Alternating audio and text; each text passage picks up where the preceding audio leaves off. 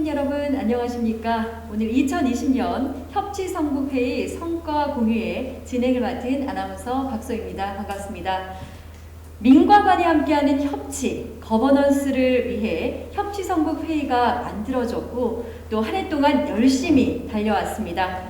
그 결과 오늘 2020 협치성북회의 성과 공유회를 개최하게 됐습니다. 코로나19라는 전 세계적인 재난으로 인해 비록 직접 만나서 그간의 이야기를 나눌 수는 없지만 이렇게 온라인을 통해서라도 여러분과 소통할 수 있게 돼서 다행이라고 생각합니다.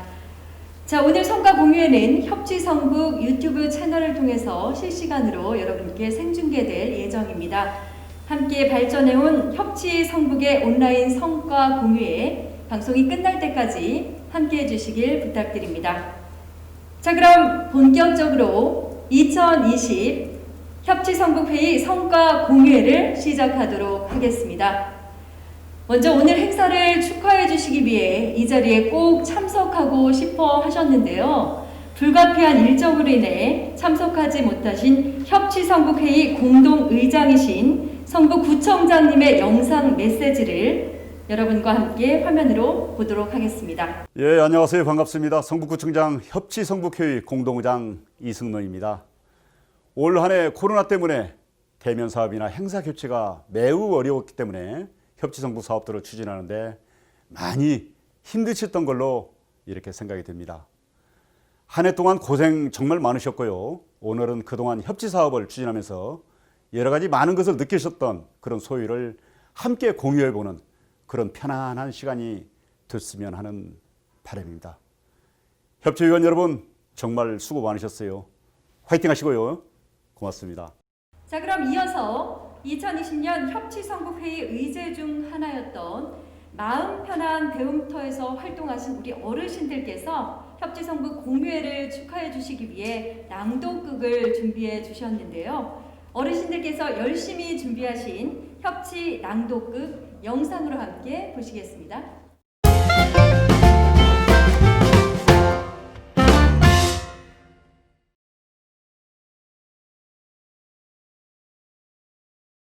오늘 무슨 날인데 사람들이 이리 많이 모였대요?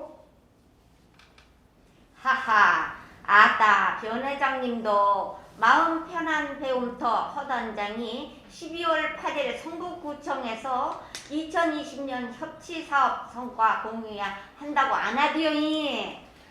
아, 맞네. 오늘이 그날이구먼. 근데 협치사업 성과 공유회가 뭐 하는 건지 시임 선생님은 알고 계시네요?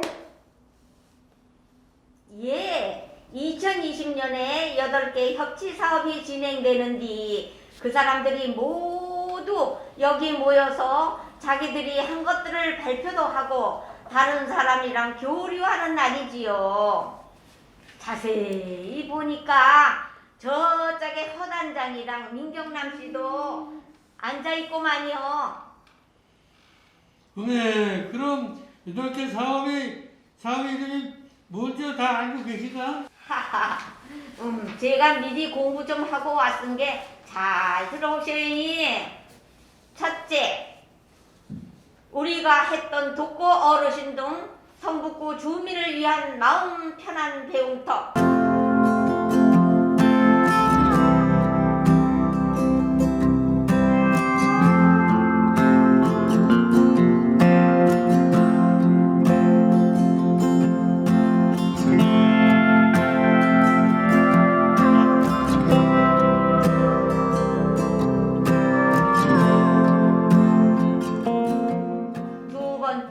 고시원 원룸에 거주하는 중장년층 독거 가구를 위한 희망 메시지.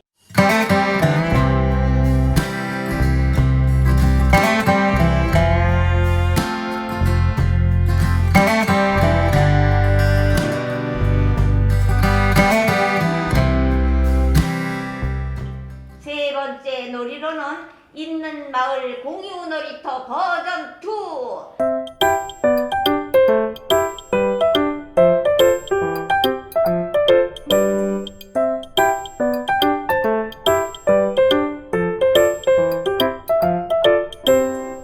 12번째 성북역사문화유산 교육공동체 I'm a Creator.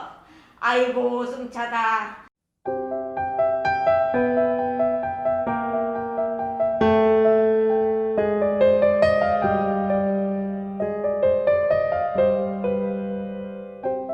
다음은 심순옥 씨가 설명 좀 해주셔이.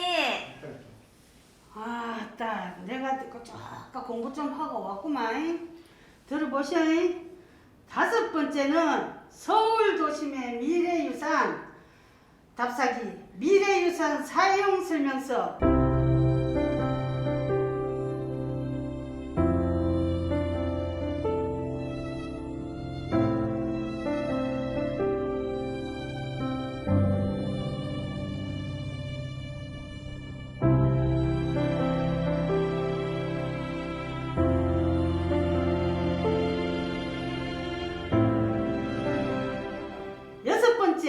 민관학 진로교육 거버넌스 청소년 꿈찾기.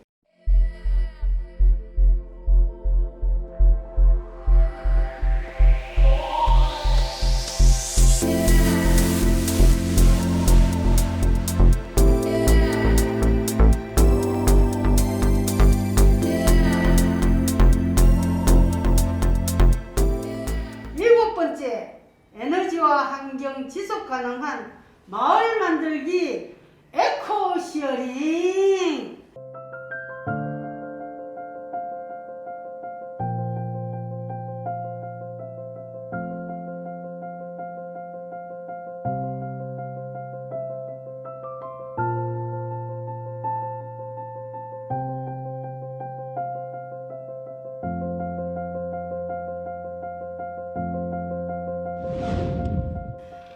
번째는 성북 청년일상 정책공론장 성청랩인데 이거는 우리가 화요일마다 강의 듣던 성북 청년공간이라고도 합디다.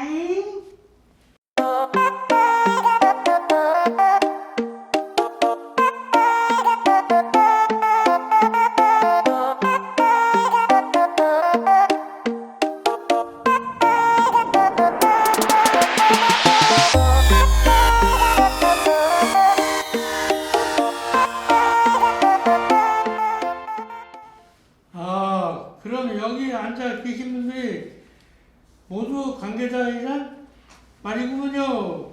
코로나 일을 보시느냐고 다들 수고가 많았어. 박수로. 참 어디서 들었는데 협치 성북 선언문이 있다고 하던데 다들 알고 계신가? 아, 내도 알아봤는데 2018년 11월 15일에 협치 성북 선언문이 나왔다고 합니다. 그래서 오늘 여기서 선언문을 다시 읽어보려고 하는데 어째 다 같이 해볼랍니까? 오케이! 김 선생님, 제가 멋지게 해보고 싶은데요. 중요한 거는 잘 아시는구만요. 여기 있는 분들 같이 해봅시다잉. 2018년 협치 성북 선언은 지속 가능한 성북의 미래를 현장에서 찾겠다는 민관 공동의 약속이자 다짐입니다. 우리는 이제 함께 만들어 갈 것이다. 더 살기 좋은 성북을 하나 행정과 민간이 함께 만들어가는 열린 구정을 운영한다. 하나, 행정과 민간이 함께 만들어가는 열린 구정을 운영한다. 하나. 협치가 특정 분야가 아니라 행정 전반에 뿌리낼 수 있도록 협치 문화를 확산시킨다. 하나. 협치가 특정 문화가 아니라 행정 전반에 뿌리낼 수 있도록 협치 문화를 확산시킨다. 하나. 협치를 통해 중복적이고 비효율적인 사업을 개선하고 신속 행정을 부여한다. 하나, 협치를 통해 중복적이고 비효율적인 사업을 개선하고 신속 행정을 부여한다. 하나, 협치를 수행하는 행정과 민간의 역량 강화를 위해 함께 노력한다. 하나, 협치를 수행하는 행정과 민간의 역량 강화를 위해 함께 노력한다. 하나, 행정과 민간은 협치를 위한 구체적인 실천 계획을 함께 수립한다. 하나, 행정과 민간은 협치를 위한 구체적인 실천 계획을 함께 수립한다.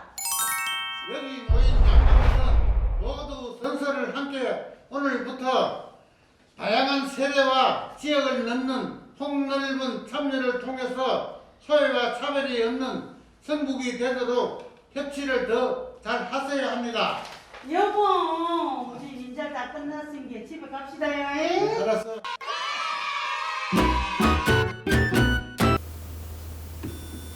네, 정말 고맙습니다. 코로나19 상황이 좋아지면 직접 이 무대에서 모시고 이런 상황극을 보고 싶었는데요.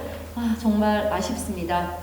하지만 영상에서 보신 것처럼 어르신들께서 열심히 준비를 해 주셨습니다. 직접 뵙지는 못했지만 마음으로 힘찬 박수 보내드립니다. 정말 고맙습니다. 자, 그럼 지금부터는 협치성북의 2020년 활동한 이야기와 생각을 나누는 시간을 갖도록 하겠습니다. 협치 사업에 대해 자세한 이야기를 나눠볼 텐데요. 2020년 협치 사업에 참여해 주신 7분의 위원님들을 차례로 소개해 드리겠습니다. 먼저 마음 편한 배움터 사업을 소개해 주실 허현주 위원님, 희망 메시지 사업을 소개해 주실 박인영 위원님, 공유놀이터 버전2를 소개해 주실 김진영 위원님, IMO 크리에이터를 소개해 주실 김가희 위원님, 미래유산 설명서를 소개해 주실 성원선 위원님, 청소년 꿈찾기를 소개해 주실 조수연 위원님, 그리고 마지막으로 성청랩 사업을 소개해 주실 이혜민 위원님 나와주셨습니다. 반갑습니다.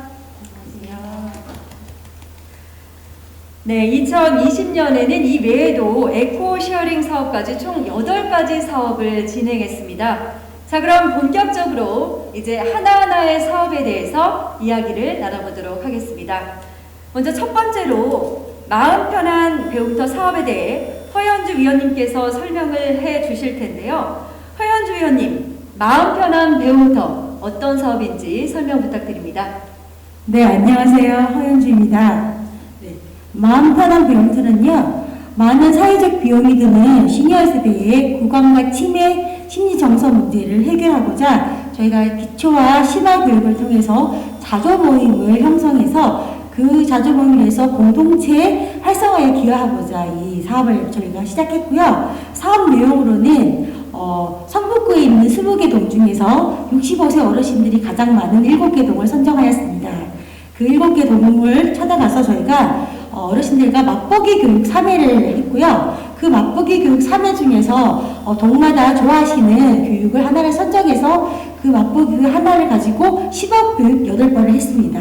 그러고 나서 그 안에 만나기 힘든 구강에 관한 구강 교수님을 모시고요. 그리고 한방 한의사님을 모셔서 특강을 2회를 해드리고요. 자조 모임 가기 전에 저희가 워크숍을 통해서 이 교육이 교육만으로 끝나지 않고 건강 자조 모임을 만들기 위한 구성이었음을 설명하고 나서 그 동에 맞는 우리들만의 자조 모임을 구성하는 걸로 저희가 만들었습니다.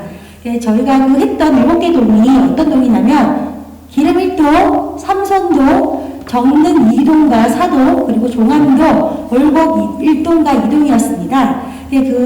원래는 저희가 정릉 2동도 있었는데 협력 기간을 저희가 계속 미팅하기 힘들어서 나중에 정릉 2동이 빠지고요. 6개의 동에서 7개 사업을 해줬습니다. 지금 현재 4개 동이 저희가 워크숍까지 모두 마쳤고요. 3개 동은 안타깝게도 코로나 때문에 심화교육까지 해서 14강을 다 마치지 못했습니다. 지금 같은 경우에는 저희가 지난주까지 종암동과 정릉 4동과 월곡 2동에서 자조 모임까지 시작했습니다. 그래서 그렇게 됐고 저희가 협치 사업이 사실은 2021년에는 연속 사업을 저희가 진행하지 못하게 되었습니다. 지금 아쉽게도 자조 모임을 12월 말까지 저희가 좀 더 해보려고 했는데 이번 주부터 또 25단계가 되는 바람에 어르신들을 못 만나게 되었습니다. 그런데 그 와중에서도 종암동에서는 그 마을 기자단을 저희가 만들어 드렸는데요. 거기서 협력기관에서 그 신문을 그대로 내년까지 진행하기로 어르신들께 약속하셔가지고요. 좀 마음이 지금 좀 그래도 안정이 되고 있습니다. 저는. 네. 희망 메시지 사업 어떤 건지 소개 부탁드립니다. 네, 안녕하세요. 성북구 자살예방센터 박미영입니다. 저희는 성북구 보건소 생명의 전환 종합사회복지관과 독거 중장년 남성을 대상으로 한 희망 메시지 사업을 진행하고 있습니다. 본 사업은 성북구 내 우울 및 자살 고위험 중장년 남성을 대상으로 하고 있고 생명 안전망 구축과 생명 존중 문화 확산을 목표로 주민이 주도적으로 참여하는 주민 참여형 방문 활동가를 양성해서 고시원이나 원룸에 방문하고 저희 사업 목적과 내용을 안내하는 리플렛과 함께 1인 가구에게 필요한 물품을 전달하고 있습니다. 거주자 대상으로 체크리스트를 통해서 1차 스크리닝을 진행하고 저희에게 제출해 주신 체크리스트를 가지고 제가 1차적인 전화 상담을 먼저 진행하고 초기 사정을 진행합니다. 우울 및 자살 사고가 확인되는 분들은 방문 상담과 같은 2차 상담을 진행해서 저희 서비스 연계나 위기 긴급 지원과 같은 사례 관리를 진행하고 물품 지원과 프로그램 활동에 대한 욕구를 보이시는 분들의 경우 생명의 전환 종합사회복지관과의 사례회의를 통해서 적절한 서비스를 연계 또는 제공하고 있습니다. 저희 센터에서는 신체와 정신 건강, 환경에 대해서 세부적으로 판단할 수 있는 체크리스트를 사용해서 우울감, 불안, 그리고 자살 사고에 대한 상담을 진행하고 사례회를 통해서 우리 대상자분들에게 필요한 것이 무엇인지 판정하고 지원하고 있습니다. 사례관리의 특성상 사진으로 보여드릴 수는 없지만 한 대상자의 사례의 경우 건강 악화로 인해서 경제력이 없어지고 코로나로 인해서 고립되다 보니 알코올에 의존하면서 건강도 더 악화되고 자살 사고가 많아지는 분이 계셨습니다. 이분 같은 경우 저희가 정신건강의학과 진료 지원으로 알코올 문제, 우울, 전문의 진료를 연계해드리고 지속적으로 모니터링을 진행하고 있고 프로그램 참여나 물품 지원 받으실 수 있도록 지원하고 있습니다. 혹시 우수의 뜻을 아시나요? 저희가 PPT 화면으로 준비한 건 사례 대상자에 대한 직접적인 사진을 공유할 수 없기 때문에 저는 이 말로 대신하고 싶은데요. 눈이 녹아 비가 된다. 우수가 되면 날씨가 풀리고 봄 기운이 서린다고 합니다. 제가 우리 대상자분들하고 상담을 진행할 때는 처음에는 어색하고 불편해 하시면서 뭐 이렇게 살아서 무엇 할까 하루 종일 방 안에 갇혀 있어서 고립되고 고독하다. 근데 이렇게 선생님하고 상담하고 말도 하고 나니 마음이 많이 풀리고 위험한 생각도 들지 않아서 좋다고 말씀하십니다. 저희 대상자분들과 이야기를 하다 보면 죽고 싶어요 라는 말이 나 살고 싶어요 라는 말임을 알 수가 있습니다. 절망에 있는 분들이 분들의 희망이 크고 거창한 것이 아니라고 생각이 듭니다. 지역사회 내에서 서로 주고받는 말 한마디가 희망의 메시지가 될 수 있다고 생각합니다. 그리고 다음 사진 보시면 생명 지킴이 교육을 이수하고 지역 방문 활동을 하고 계시는 활동가 분들의 사진입니다. 6명의 활동가 분들이 세계적으로 지역을 나눠서 고시 원장님들이나 총무분들한테 협조도 요청하시고 거주자분들 만나서 희망 메시지를 전달하는 역할을 하고 계시는데요. 1차적으로 고시원 환경이나 대상자들을 접하시기 때문에 방역 지원에 대한 욕구를 또 파악해 주셔서 저희가 그 의견을 수렴해서 24곳의 방역 지원 서비스를 지원하였습니다. 다음은 사회적 관계망 형성을 통한 정서적 고립감 해소를 위한 취미활동 지원 커뮤니티 모임인 슬기로운 중년생활 활동 진행 사진입니다. 사회적 거리두기 단계가 완화된 시기에 진행된 사진을 보여드리고 있는데요. 취미 활동에 대한 욕구가 있지만 경제적인 어려움, 정보 부족, 그리고 연령에 맞는 여가 활동이 없기 때문에 고립된 생활에 익숙해진 우리 중장년층 분들을 한 분 한 분 연락하고 설득해서 초청하였고, 앞으로 하고 싶은 활동이나 모임 규칙, 일정 등을 이 그룹 안에서 본인들끼리 정하셔서 이야기하고 이 활동에 대한 기대를 나누는 시간을 가진 사진입니다. 대상자의 욕구에 따라서 1인 가구 반찬 만들기나 가구 만들기, 가족 공방 체험 같은 활동을 진행 중이고요. 프로그램 참여하시면서 제가 느꼈던 것은 우리 대상자분들의 가장 큰 변화가, 제가 처음 상담할 때는 하이진 불량이셨던 분들도 점점 프로그램 참여하시면서 외모도 깔끔해지시고 말씀도 밝게 하시고 이런 변화들을 느낄 수 있었습니다. 네, 코로나가 빨리 종식돼서 더 활발하게 활동하실 수 있었으면 좋겠습니다. 네, 이상입니다. 자, 그럼 다음은 공유놀이터 버전 2를 소개해 주실 김진영 위원님을 모시겠습니다. 김진영 위원님, 공유놀이터 버전 2 어떤 사업인지 소개 부탁드립니다. 네, 안녕하세요. 생명의 전화 종합사회복지관 김진영입니다. 저희 공유놀이터 사업은 공유놀이터라는 공간 안에서 청소년이 주체가 되어 청소년만의 놀이문화를 만들고 청소년의 놀권리와 자치의식을 길러서 이를 바탕으로 마을과 청소년이 연결되고 여러 세대와 다양한 주체가 상생할 수 있는 협치형 주민 놀이문화를 확산시키고자 2년째 운영 중인 성북구의 첫 번째 협치 사업입니다. 현재 생명의 전화 종합사회복지관, 청소년의 숲 사회적 협동조합 아지트틴스, 월곡 꿈그림 도서관, 성북 청소년 문화의 집, 이렇게 4개의 기관이 공유 놀이터를 운영하고 있으며 각 기관마다 청소년 놀이 자치단이 활동하고 있습니다. 이 자치단이 다양한 놀이 행사를 기획하고 그걸 스스로 직접 진행하고 공간 운영도 같이 참여하고 있고요. 다양한 청소년들과 주민들이 함께 참여하는 축제도 기획하고 진행하지만 올해는 코로나로 인해서 대규모 행사는 진행하지 못했고 다양한 대안을 통해서 사업을 운영했습니다. 저희 사업 사례를 보시면 저희가 이제 1년 차에는 각 공유놀이터에서 각 공유놀이터에서 그 공간의 특성을 살려서 다양한 놀이 활동을 진행하는 거에 중점을 뒀었고, 2년 차에는 저희가 코로나로 인해서 공간을 기반으로 한 활동이 많이 축소되었기 때문에 대신에 이제 저희 사업 사례 중에서 그 세계 청소년의 날을 맞아서 이제 청소년들이 활동을 진행했는데, 유엔에서 매년 8월 12일 세계 청소년의 날을 개최하고 주제를 선정하는데 2020년 올해의 주제는 세계적 문제 해결을 위한 청소년 참여였습니다.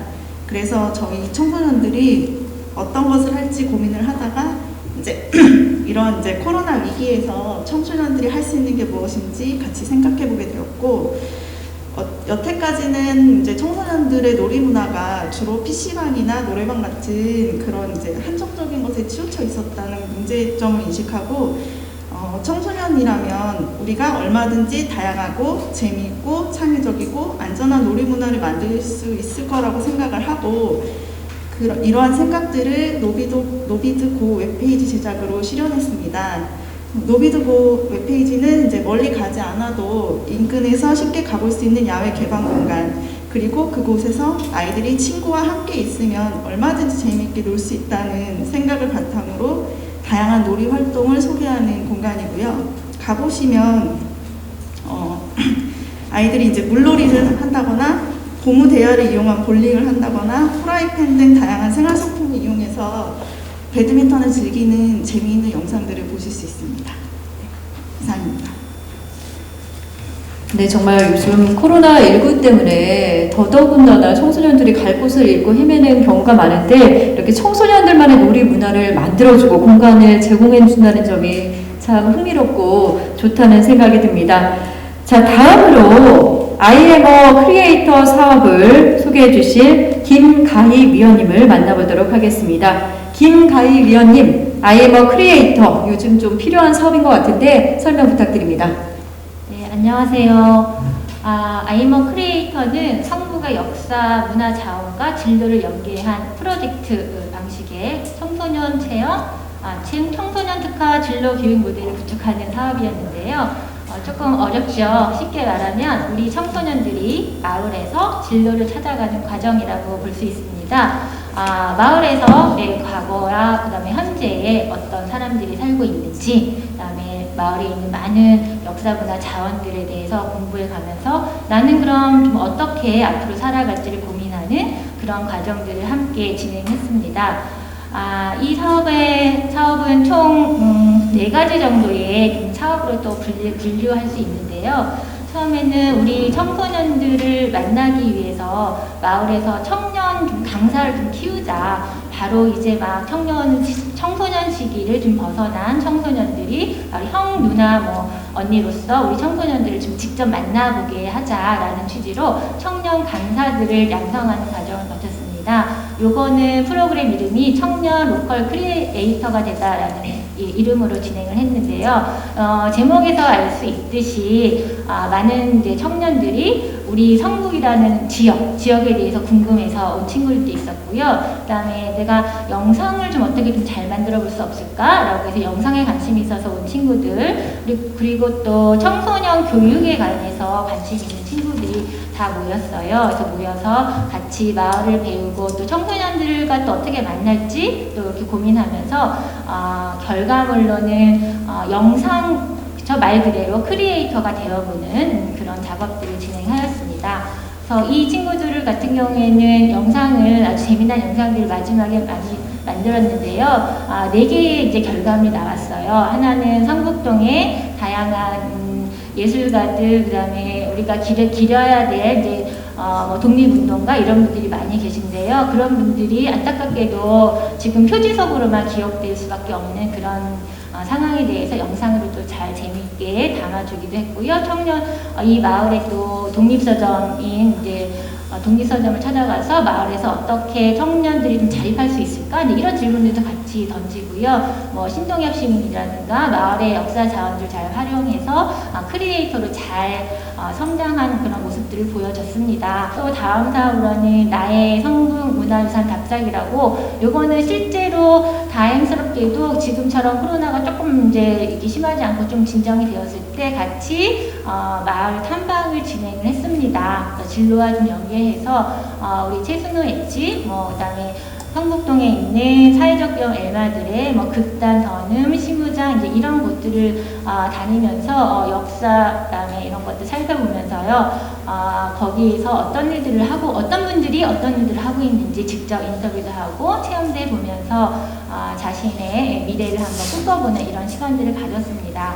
그리고 또 마지막으로 성북 청소년 문화예술제를 개최했는데요. 이것도 올해 좀 상황 때문에 랜선 공모전의 형식으로 방구석 꿈찾기라는 그런 이제 이름으로 공모전을 실시했습니다.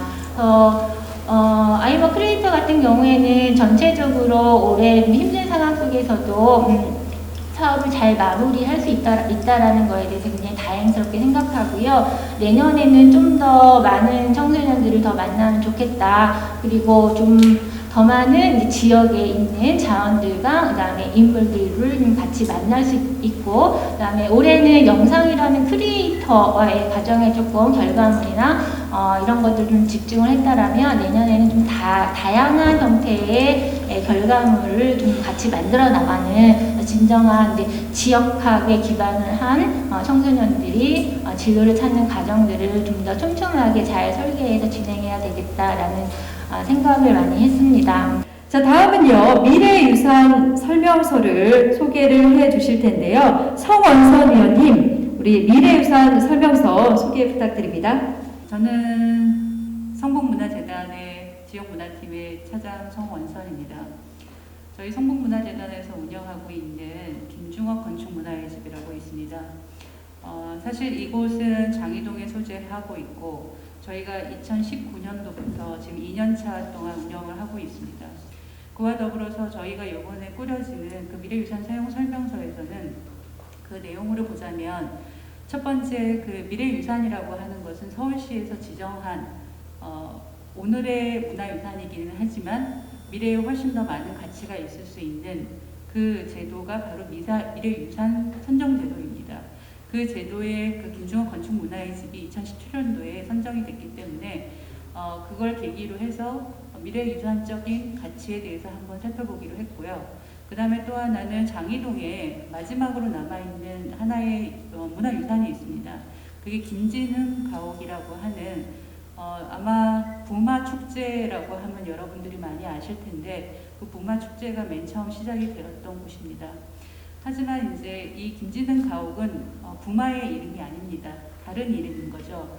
원래 부마의 이름은 윤희선이라는 이름이었고 그 이름을 받지 못하고 김진흥 가옥이라고 이름 붙여진 거에 대한 이유도 궁금했고요. 그래서 이런 것들을 한번 전문가를 통해서 알아보자라고 하는 생각을 했었고 그 전문가를 2019년부터 저희와 함께 했던 연구자를 같이 연구했었고 그것이 바로 미래유산 사용설명서입니다. 그 중에 세 가지, 그 미래유산 사용설명서에는 세 가지의 프로그램이 있습니다. 맨 첫 번째는 김중업 콜로키움 집담회라고 해서 김중업이라고 하는 건축가 김중업에 대한 이야기를 한번 건축가 유근수와 함께 연구하고자 했었고요. 아이러니하게 그 김중업 건축문화의 집은 김중업 건축사무소에서 나중에 86년도에 지은 집이고 거기서 김중업 건축가님은 사시지는 않았어요. 김중업 건축가님은 성북동에 자택이 있었고 그 성북동 자택의 한옥주택을 다시 작은 미니어처로 복원을 해서 바로 김중업 건축문화의 집의 2층의 전시실에 전시가 되어 있는데 이러한 사실에 대해서 주민들뿐만 아니라 서울시에서도 잘 모르고 있더라고요. 그래서 그런 것들을 조금 더 연구를 좀 탄탄히 해서 프로그램도 운영을 하고 또 연구자와 함께 할 수 있는 연구 자료를 더욱더 모아서 전시도 같이 할 수 있게 마련해 보았습니다. 그리고 또 두 번째는 분마가옥을 따라라고 하는 미래유산 사용 설명서의 가장 어쩌면 처음 시작이 됐었던 부분이기도 해요. 지역에 잊혀져가는 그 문화재 김진흥 가옥에 대해서 다시 한번 살펴보자. 그리고 이 김진흥 가옥이라고 이름 붙여진 사연에 대해서도 한번 알아보자라고 해서 그것에 대해서 연구를 했었고요. 가장 크게는 그 부마라는 거는 결국은 공주가 있었다는 거고 그 공주가 바로 덕옹공주입니다. 아주 우연하게 2018년도에 제가 여기에 처음 오게 됐었을 때 장희동에 처음 왔었을 때 우연히 2018년도에 그 덕옹공주의 굉장히 먼 친척뻘 되긴 하지만 후손을 잠깐 본 적이 있어요. 그래서 그때 한글박물관에서 전시를 한다는 이야기를 듣고 저희가 2018년도부터 사실은 덕옹공주에 관련된 이야기를 주민들과 함께 연구를 한 적이 있습니다. 그것이 계기가 돼서 그 덕옹공주의 사라진 묘, 결국은 지금은 그 묘가 돌고지 역에서부터 그 북서울 꿈의 숲에 거치는 그 도로 위에 있었던 그 묘가 1970년대에 없어지게 되는 거죠. 그 과정에 대해서 한번 추적해 보면서 이 이야기를 연구 리서치이자 또 마을 투어의 컨텐츠로 확산하는 그러한 계기를 삼았습니다. 그 다음에는 그 뉴파인더 장이라고 하는 것은 사실은 또 하나의 우리의 미래유산 중에 하나가 산업유산이 있습니다. 장이동에. 그게 바로 봉제산업에 대한 유산인데 이것에 관련돼서도 지금 그 장이시장 일대가 지금 재개발의 난항을 겪고 있죠. 매일매일 저희가 사실은 그런 재개발의 현장 속에서 기존에 있던 거기에 살았던 상인이라든가 아니면 주민들의 어떤 정서를 잃어버리는 경우가 있는데 저희가 그것을 연구를 하다가 새로이 장이동에 투입하게 된, 그러니까 다시 또 이주를 하는 그 새로운 주민들을 찾게 됐어요. 그래서 그들을 인터뷰하고 다시 또 새롭게 조망해서 그들이 이 동네에서 오랫동안 함께 살면서 우리의 문화를 바꿔가는 사람으로서 새로운 가치를 만들었으면 좋겠다라고 생각을 했었고 거기에서 저희가 매거진에 대한 어떤 유형으로 샘플처럼 저희 그 새로운 봉제산업 외에 새로운 산업을 만들어가는 소상공인 인터뷰를 시도했습니다. 이것도 역시 나중에는 장이동에서 지속적으로 매거진이라든가 월곡동에 있는 그런 상인들의 상권 활성화를 위해서도 활용이 될 수 있는 자료인 것 같아서 저희는 어떤 의미를 담고자 했고요. 이것 외에도 미래유산 사용설명서 안에는 그 같이 영대에서 열렸던 공공미술 프로젝트가 있습니다. 그것은 이웃집 예술가 장희산 프로젝트라고 하는 프로젝트였고요.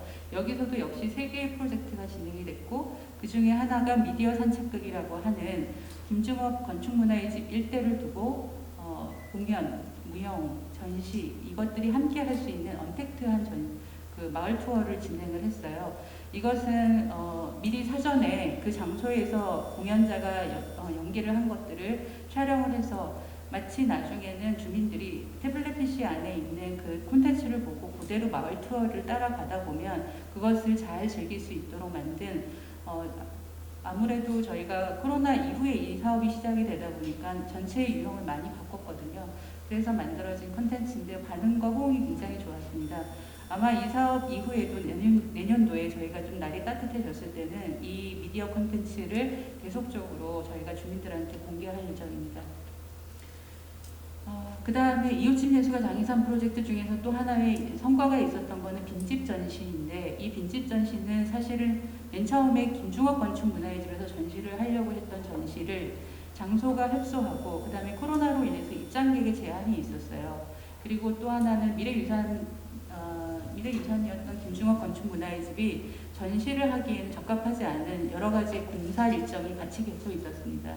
그래서 저희가 고민 끝에 SH와 함께 그 빈집뱅크처에서 빈집을 하나 공유를 받았습니다. 성북문화재단과 SH가 같이 이 과정을 통해서 또 다른 석관동에도 빈집을 하나 얻게 되어서 어떤 면에서는 이 미래유산 사용설명서 그 다음에 장의산 프로젝트를 통해서 만든 또 하나의 성과가 성북문화재단, 성북구, 그 다음에 SH공사 이렇게 세 개의 단체가 다시 또 협약을 통해서 빈집 활용, 문화예술 SOC에 대한 새로운 어떤 가치를 발견하게 된 것은 굉장히 큰 의미가 있었다고 생각을 합니다. 이 전시는 아쉽게도 이번 코로나 마지막 이 3차 대유행 때문에 12월 4일까지만 공개가 됐었고요. 그 와중에도 200여 명이 넘는 한 달 내에 굉장히 많은 수의 그 관람객들이 왔었던 그러한 전시입니다. 그 다음에 지금 맨 마지막에는 아까 제가 잠깐 거론했던 동덕여대와 함께한 동네 굿즈라고 하는 사업입니다. 이 사업은 동덕여대 디지털공예과와 함께 그 지역에 있는 문화유산적 이야기, 그 다음에 자료들을 가지고 학생들과 연구 프로젝트를 진행해서 그걸 통해서 공예품을 생산을 해냈고 이 공예 작품들은 지금은 작품이지만 그것들을 따로 학생들과 함께 그 외의 작품들은 주문 생산을 할 수 있는 가치로 그렇게 만들어 보자라고 해서 지금 시작 단계에서 저희가 모델링 작업을 한 겁니다. 네, 성은서 위원님 고맙습니다. 자, 지역의 문화유산을 재탐색하는 미래유산 사용 설명서 아까 말씀을 해주셨는데요. 오늘의 유산이지만 미래에 더 가치가 있는 문화유산을 찾는다는 것 굉장히 뜻깊고 또 의미가 더해지는 것 같습니다. 이렇게 성북의 미래문화유산 스토리를 들으니까 더욱더 설레고 빨리 가서 보고 싶은 생각이 드는데요. 코로나19가 빨리 안정이 돼서 직접 관람할 수 있는 날이 빨리 왔으면 좋겠고요. 앞으로도 많은 발굴과 또 의미 부여 기대하겠습니다. 고맙습니다. 자, 다음으로 청소년 꿈찾기 사업에 대해서 우리 조수연 위원님께서 설명을 해주실 텐데요. 조수연 위원님, 청소년 꿈찾기 사업 설명 부탁드립니다.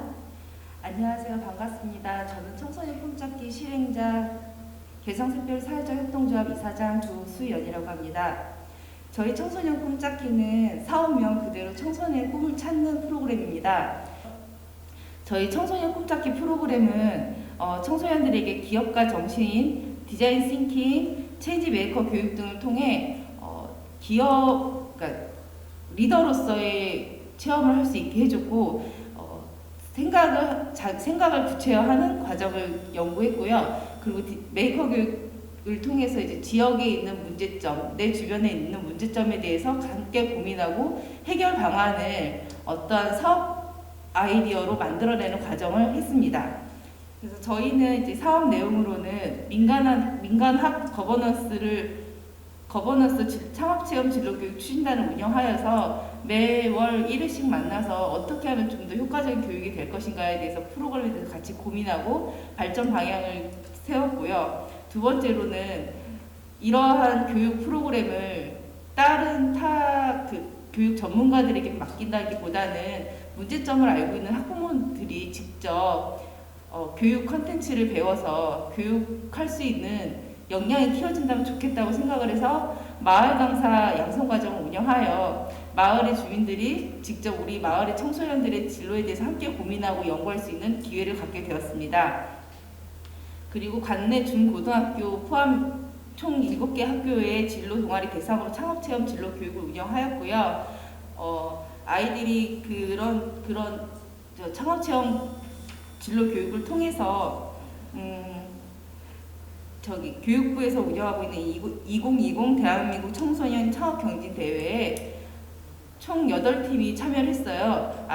7개의 학교에서 아이들과 동아리 활동을 했지만 참여하는 거는 아이들에게 주관적으로 본인들이 희망에 의해서 맡겼는데 한 3-4팀만 참여를 해도 되게 성공적이라고 생각했는데 총 8팀이 참여해줘서 되게 고마웠고요. 그래서 12월까지 그 팀들이 좀 더 이 대회에서 좋은 성과를 내기 위해서 함께 연구하고 함께 서포트했는데 좋은 결과까지는 안 나오고 참여하는데 만족하는 결과가 나와서 좀 아쉽긴 하지만 학생들은 그 과정을 통해서 정말 실질적인 창업을 배웠거든요. 그 과정 안에는 사업 계획서도 제출을 해야 했고 본인들이 만든 제품을 어떻게 시연하는지 시연 영상도 제작을 해서 업로드를 시켜야 됐고 모의 크라우드 펀딩을 통해서 소비자들에게 이 상품을 어떻게 어필해야 되는지에 대해서 되게 구체적으로 경험을 쌓았거든요.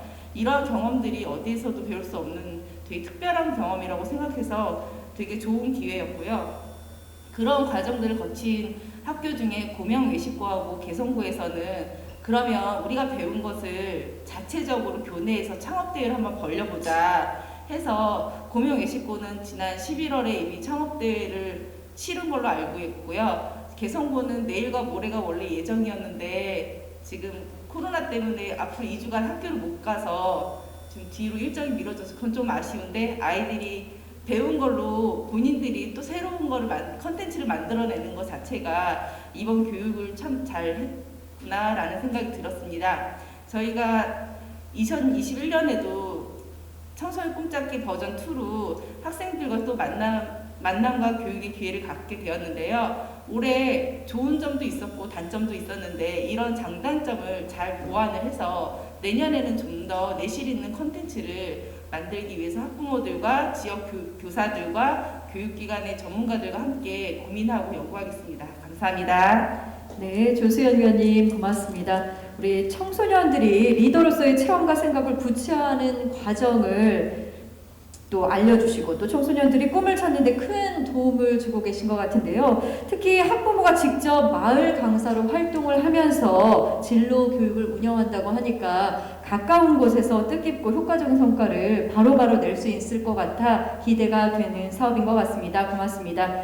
자, 이제 마지막으로 성청랩 사업에 대해서 이혜민 위원님께서 설명을 해주시겠습니다. 이혜민 위원님, 우리 성청랩 사업 어떤 건지 소개 부탁드립니다.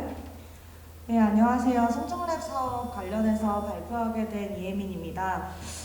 여기 계시는 분들이 다들 이제 청소년을 위한 사업을 하시는 분들도 계시고 또 노년층, 장년층을 위한 사업을 하고 계시는 분들 다 계시는데 저희는 청년층을 위한 사업을 진행을 하고 있습니다. 최근에 이제 청년 기본법이 제정이 되면서 사회가 청년을 바라보고 있는 시각이 조금씩 달라지고 있다는 것을 많이 느끼는데요. 청년들에게 필요한 것이 일자리만이 아니고 청년들이 줄 수 있는 것도 노동력만이 아니다라는 것들을 많이 느끼고 있는 사회가 되어가고 있는 것 같아요. 그래서 같은 청년 세대로서 지금 이 시점에 협치성북이라는 아주 좋은 플랫폼을 통해서 어떤 사업이 있으면 좋을까 생각을 하다가 청년들의 사회 참여를 도와줄 수 있는 사업이 있으면 어떨까라는 생각에서 이 사업이 시작되었다고 알고 있고요. 우선 사업 목표부터 말씀을 드리면 사실 청년층 중에 이 단어의 매력을 느끼는 사람이 얼마나 될까 싶기는 하지만 민관협력 거버넌스를 지향을 하고 있습니다. 저희가 여러 가지 하고 싶은 활동이 있다고 했을 때 민간에서만 이것을 하는 것이 아니라 공공과 어떻게든 협력을 하고 연계가 되려고 하는 것들이 중요하지 않을까 생각을 했기 때문에 청년 자치가 강화되는 방향이 민관협력 거버넌스를 통해서 강화됐으면 좋겠다, 이런 목표를 가지고 있었고요. 성북 지역에 있는 청년들이 각자의 삶에서 가지고 있는 의제를 지역 의제로서 인식할 수 있도록 공론의 장을 열고 이 지역 의제들이 정책 의제가 될 수 있도록 학습하고 교육하는 목표도 가지고 있었습니다. 그리고 마지막으로 이런 어떤 활동들이 사실 청년들에게는 난생 처음 겪는 사회 참여 활동일 수도 있다라는 생각을 했거든요. 그래서 더 많은 청년들이 사회에 참여할 수 있도록 돕고 또 지역 커뮤니티도 활성화하는 그런 부가적인 목표도 가지고 있었습니다. 청년 정책 네트워크 멤버십을 모집하고 운영하는 것부터 시작을 했습니다. 그리고 이렇게 모여있는 청년들 대상으로 청년 정책이 무엇이 있는지를 잘 홍보하고, 그리고 청년 정책이나 아니면 꼭 청년 정책이 아니더라도 사회에 존재하는 다양한 정책들을 배울 수 있는 정책 아카데미도 열었습니다. 그리고 청년들이 가지고 있는 다양한 고민들을 듣고 이 고민들을 통해서 좀 각자의 프로그램을 만들 수 있도록 청년 활동을 지원하는 다양한 활동도 진행을 했는데요. 사실 이렇게 말로만 하면은 뭐가 있었는지 좀 잘 모르실 수도 있겠지만 그냥 전반적으로 사실 협치성북하고도 비슷한 형태였다고 저희는 생각을 하거든요. 우선 지역을 기반으로 해서 소규모 모임을 굉장히 자주 열었습니다. 거의 주 1회는 모이는 식으로 열었고, 이 소그룹이라는 것이 정말 소그룹이어서 10명이 넘지 않도록 항상 구성을 해가지고 이 사람들이 가지고 있는 관심사를 듣는 시간들을 오랫동안 가졌던 것 같아요. 그리고 각각의 이제 동별 모임에서 나왔던 얘기들을 한번 크게 묶는 월별 모임도 월 1회 정도 개최를 했고, 이 동별 모임에 참여하는 사람들이 자기가 학습하고 싶은 것들을 제안을 해서 탐구 모임이라는 이름으로 스터디 모임도 진행을 했는데, 대표적으로 이제 성평등에 대한 주제, 청년 기본법에 대한 주제, 주거, 노동, 환경 등에 대한 주제로 청년들이 함께하는 탐구 모임도 열었었습니다. 이런 활동들을 좀 묶어가지고 시민들에게 더 잘 알리고 싶어서 최근에는 캠페인이라는 이름으로 이제 각 동별 모임이 총 6개가 있었는데 그 6개 모임에서 각각 캠페인을 만들어서 6개의 캠페인이 11월 한 달 동안 진행이 되는 뜻밖의 정착지라는 이름의 캠페인 주간도 진행을 했었습니다. 여기 참여하는 청년들이 다 각자 자기의 삶에 새로운 의미를 발견하고 정책과의 연결성을 발견할 수 있도록 하는 것이 저희의 숨겨진 진짜 목표였던 것 같다는 생각이 듭니다. 그래서 저희 활동은 앞으로도 사실 계속될 예정이에요. 청년 정책 네트워크라는 것은 이 사업을 통해서 만들어졌다기보다는 원래부터 민간에 존재해왔던 참여 기구였기 때문에 앞으로도 계속 공론의 장을 열고 참여의 장을 열어서 가장 이제 개인의 이야기였던 것들이 계속해서 공론화가 되고 정책화가 될 수 있도록 이끌어갈 예정입니다. 그래서 이러한 청년들 개인의 이야기가 조금 더 공공의 영역으로 이어지고 이것을 통해서 지역 공동체가 시답으로 변화하는 그런 모습들을 기대하면서 올해 사업을 진행했습니다. 네, 이상입니다. 네, 이혜민 위원님 고맙습니다. 이렇게 7가지 사업에 대해서 들어봤는데요. 정말 잘 들었습니다. 한 해 동안 코로나19로 인해 굉장히 어려운 상황 속에서도 우리 구민들과 함께하는 협치 성북을 위해서 최선을 다해 주셨다는 것을 느낍니다. 정말 고맙습니다. 자, 이제 1부를 마치고 2부를 남겨놓고 있는데요. 코로나19 팬데믹이 장기화되면서 경제적, 문화적 어려움 속에 더욱 소외된 분들이 많습니다. 이런 힘든 상황 속에서도 지역 간 또 세대 간 격차를 줄이고 우리 모두가 행복한 성북을 위해 추진된 협치 성북의 다양한 과제들이 이렇게 많은 성과를 내주었습니다.